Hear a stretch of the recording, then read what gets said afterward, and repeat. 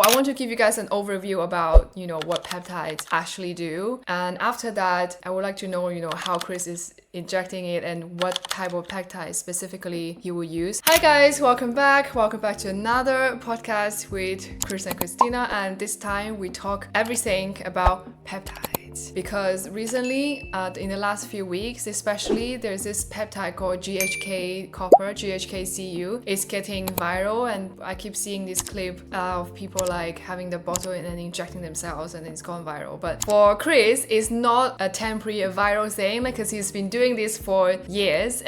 I also... For a while. Yeah, for a while, and it's part of his life basically. He doesn't, as we know already, he doesn't just follow the trend and he does his own thing, and it's something that he's been doing it for a while. And to me personally, because it's gone viral, and then I'm hosting these in-person events in London where I'll be talking about peptides as well, so I have done some research on that. So I want to give you guys an overview about, what peptides actually do, like the basics, so you guys don't just like follow the trend and you actually have an understanding of what they do. And after that, I would like to know, how Chris is injecting it and what type of peptide specifically he will use, and not just the GHK one. It's actually, a wide range, right? Yeah, and maybe, we can talk as well, to warn people not to buy those peptides from any random companies. There's so many different companies selling these peptides at the moment. And actually it's coming out, a lot of these peptides, they are not actually very pure. Some of them can be contaminated, so it's worth talking about it on the end as well. Yeah, it's not as easy as it seems. So basically, no. Yeah, so peptides. So basically, imagine your skin is like a house. That's why I would like to call it. So it has like different structure. You have your roof and you have different breaks. So those breaks could be like collagen and elastin and those basic structures in your skin. And peptide is basically a signaling messenger. So let's say when you have a storm and in your house, some of the breaks got broken or things got broken, you need to call like a contractor or construction worker to fix the roof. So peptide is basically that messenger, or let's say the project manager. They're calling those contractor construction worker to start building collagen and start building elastin when it's necessary. So that's the best analogy that I can give. But then if you go, it's a fantastic analogy. I like it. Yeah, it's something that's like more relatable. It's like practical. So that's what peptides. That's the role of peptides in general in our skin. So our skin naturally produces peptides. So let's say even a new house needs some kind of maintenance, right? So when we're younger, we have more peptides to sort of maintain the collagen production, elastin production. But as we age, we produce less of them. And at the same time, our skin going through like maybe sun damage and maybe stress. Maybe we are, as an adult, maybe like sleep deprived, like stressed in life, just life takes over. So it kind of needs more repairing. But at the same time, our skin produces less peptides. So it's good to sort of compensate the amount of peptides from skincare or sometimes injection. Yeah, and then just broadly, there are 4 types of peptides actually. So there's signaling one. So it's asking your cell to build collagen. And then there's like carrier peptide. So in short, that means that the peptide composed of amino acids, they are binding with something that your body needs to build the collagen. Like the viral one, GHK-Cu, GHK-Copper, that means that the peptide is binding a copper. That's why it's called that name, and that's carrier. And we also have 2 other peptides that's like inhibiting. So, a lot of the marketing terms is called like Botox in a bottle with like some kind of peptide compacts. So those ones, they are neurotransmitter inhibiting peptides. I know it sounds technical, but it's basically just like inhibit some of your muscle contraction process. So when your brain want to contract your muscles when you laugh or something, it's kind of like inhibit that process a little bit. So your muscle is not working as hard and is less likely to cause wrinkle, at least in theory. And then the last type of peptide would be like enzyme inhibitor, because in our body, we also have like sort of enzyme or another worker in the house to sort of like, okay, imagine your house is like you have a break that's sort of like half broken, and you will have the worker that look after that break and maybe take that break down so that your house still looks new and maintained. But in our skin, we also have that kind of like enzyme or worker that sort of like break down collagen when the collagens become old or like they considered unnecessary. So for this 4 type of peptides, so basically inhibit those enzymes that break down collagen. As a result, your skin sort of like have more collagen overall. So those are the 4 type of peptides in general. I just would, what I would just add? Yeah. Just remind people, that peptides are just short or a bit longer chains of amino amino acids. Yeah. And they relatively, I would say, extremely safe. The body produces it all over. We produce all type of peptides. There's hundreds of peptides, not only in the skin. And you have to remember as well that those peptides, even when you inject them, because they do their job very quickly, and the body quickly cuts them into single amino acids. So that's why majority of peptides, because they are so short-lived and they just give quick signals, really, and they are basically digested by the body because they are cut to single amino acids very quickly as well. So that's why I would say majority of peptides, that's why they are very extremely safe. Molecules. Yeah, because it's your body loves it, and it's easier to be broken down into amino acids, which is the basic building blocks of your body. Yeah. So another thing that I think we should mention is like peptide is water loving. But so when you apply those skincare with peptides on your skin, usually they are modified. So peptide needs to usually bind with fatty acids or those kind of lipids or oils to get through your skin better, because our skin has this barrier which has like bilipid layer. So lipid only love lipids. So it's like when you have a soup, like the oil will stay on top and then the water is at the bottom. So you need to, usually in skincare, like the peptides will bind to a layer of fatty acid or oil or lipid, so then the peptide can penetrate the skin better. But in your case, if you're injecting it, then you sort of like bypass this skin barrier and you just go directly under. Yeah, so we had a look of like the type of peptides that Chris is injecting himself with. Well, my journey, it started basically with one peptide, probably a couple of years ago. Which one was the first? So it's a body protection compound, which is BPC 157. And this is probably the most popular peptide, not for skincare, but in environments of athletes, sport people. Oh, why? And the reason for it is because the name says it, body protection compound, it stimulates body regeneration and repair. So if you have any type of injuries, inflammation, stress fraction, I don't know, a problem with your joints, it really speeds up the recovery and healing. And it's simply with my partner. My partner had a stress fraction, and he had MRI scan, and so we start looking into peptides, and we took the risk. I checked a lot of different companies. I made sure I'm ordering from a reputable company existing long time on the market, with certificates, GMP certificates of manufacturing, certificates of purity of the peptides, because obviously all this is important,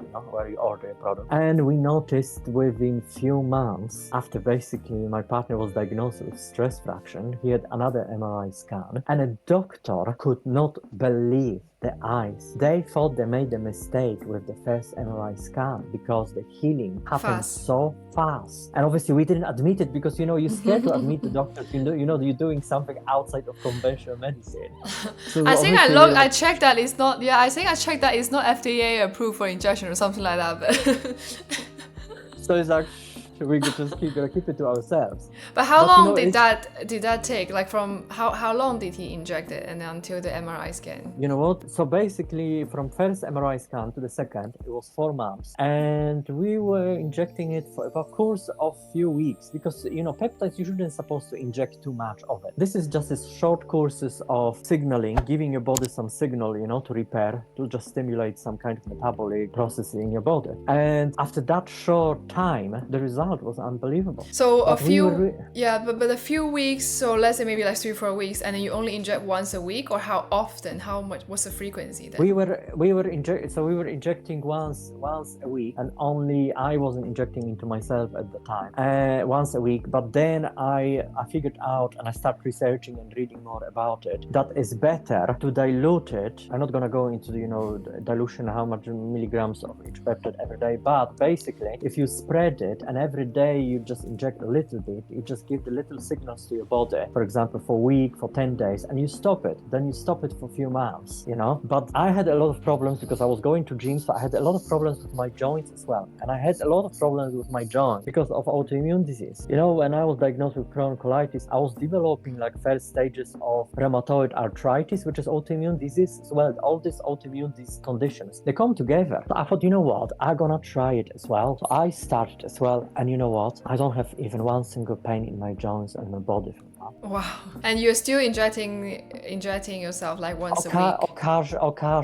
Occasionally, every few months, I have like injections, for 5-7 days, and then I don't do it for a few months because, I don't think so. You have to overdo it with peptides. So the way you did it, how you personally did it is like 5 days in a row and then take a pause and then a few months later, 5 days in a row and then a few months break. Yes, and then last year I started, with other peptides. So GHK-Cu, we were talking about it, So it's for skin, in cosmetics, obviously is very hype about it, in a skincare products. But you can systemically inject it into body as well, and obviously then goes to your body and stimulates in overall your body. But particularly as have a biggest effect on the skin and production probably of more collagen and elastin, those functional, structural proteins in the skin base. And you inject all of these in your belly, fat tissue. In a belly, abdomen, into fat tissue with obviously everything sterile. You need to keep the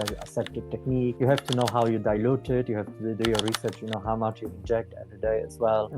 So you don't just do it randomly. Yeah, that's one concern because I did see videos of people injecting themselves, and ideally you need to have some science background. You need to know how to do sterilization to actually operate this kind of needling work at home. That's the problem, Christina. That's the biggest problem because it is accessible to everybody. Everybody wants to do it, and people don't do enough research. They're not trained to do injections. They buy from not reputable sources the products as well. So a lot of podcasts, medical doctors are talking about it at the moment because some of these companies are not trustable companies. You don't get actually what you buy. Some of those peptides can be contaminated, with some metals, sometimes heavy metals, which is not good as well. That kind of products which are not regulated, don't forget these products are not really highly regulated yet by FDA. So you have to really be cautious, be very cautious about it. You have to be careful with it. So it's a lot of good about peptides coming, but you have to be also careful because they are not that well regulated yet. So I can't say, all is good and positive about peptides. You have to acknowledge as well that these products are not completely regulated. A lot of them are sold, under label research purposes only. And I imagine because it's going a bit viral recently, there are probably more companies trying to make the most out of this, and they start to mass produce more of these and then rush the quality control maybe to make money out of this wave of peptide. But in overall, peptides, majority of peptides are really short chains of amino acids, very short, very easy to synthesize. I would advise, if you want to look into peptides, to go for some simple ones because there are some complex peptides, up to 50 amino acids, in a peptide. They're not big molecules.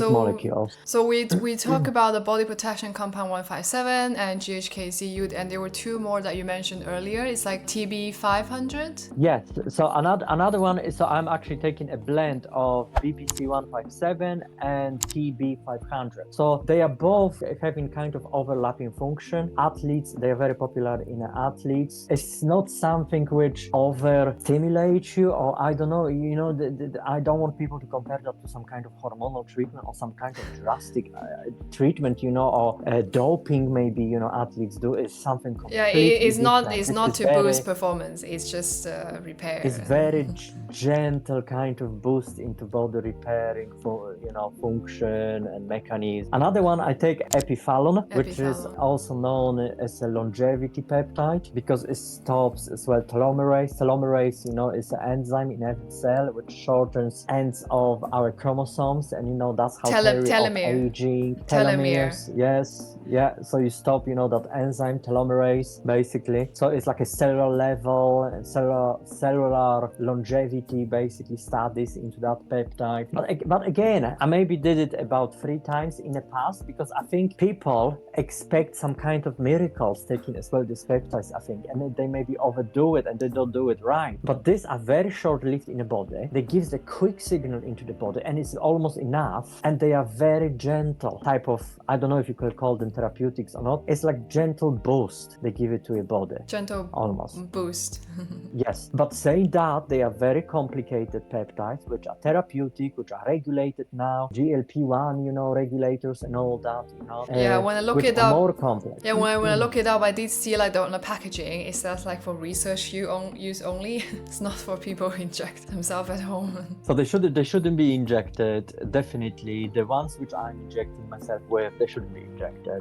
That's the reality. I acknowledge that. I do it with a lot of research, very slowly, very slow doses. Yeah, I think if I would notice anything bad, I would definitely, stop. Yeah, I feel like the key message here is that don't just follow the trend because you see someone else on social media doing it and then you start doing it without any research. So like the purpose of today's podcast and video is also like to give you the knowledge and why is it useful or helpful, but also if you really want to do it, like what's the best way to do it properly, like not just blindly following the trend and just do it yourself at home and then result in infection or some kind of like bad side effect, or maybe you're doing it too frequently and then your body didn't react well. So yes, yeah, so that's a key message. And yeah, so my final message, Christina, okay, just on the end. Start with diet, start with treating your body well, start with available supplements and all that, treat your body well, exercise, and then maybe if you do a lot of research, maybe you know somebody who is very knowledgeable and have medical background, then maybe yeah. But don't try to do straight away and expect miracles, especially when you don't take care of your body in the first place. So it has to come in a right order, all of that. Yeah, step by step. Any good things take time. Yes. Time flies, and I really hope that this episode is useful for you and you've learned something, and please be careful as well. And we'll see you very soon in our next podcast. Bye. See you. Bye.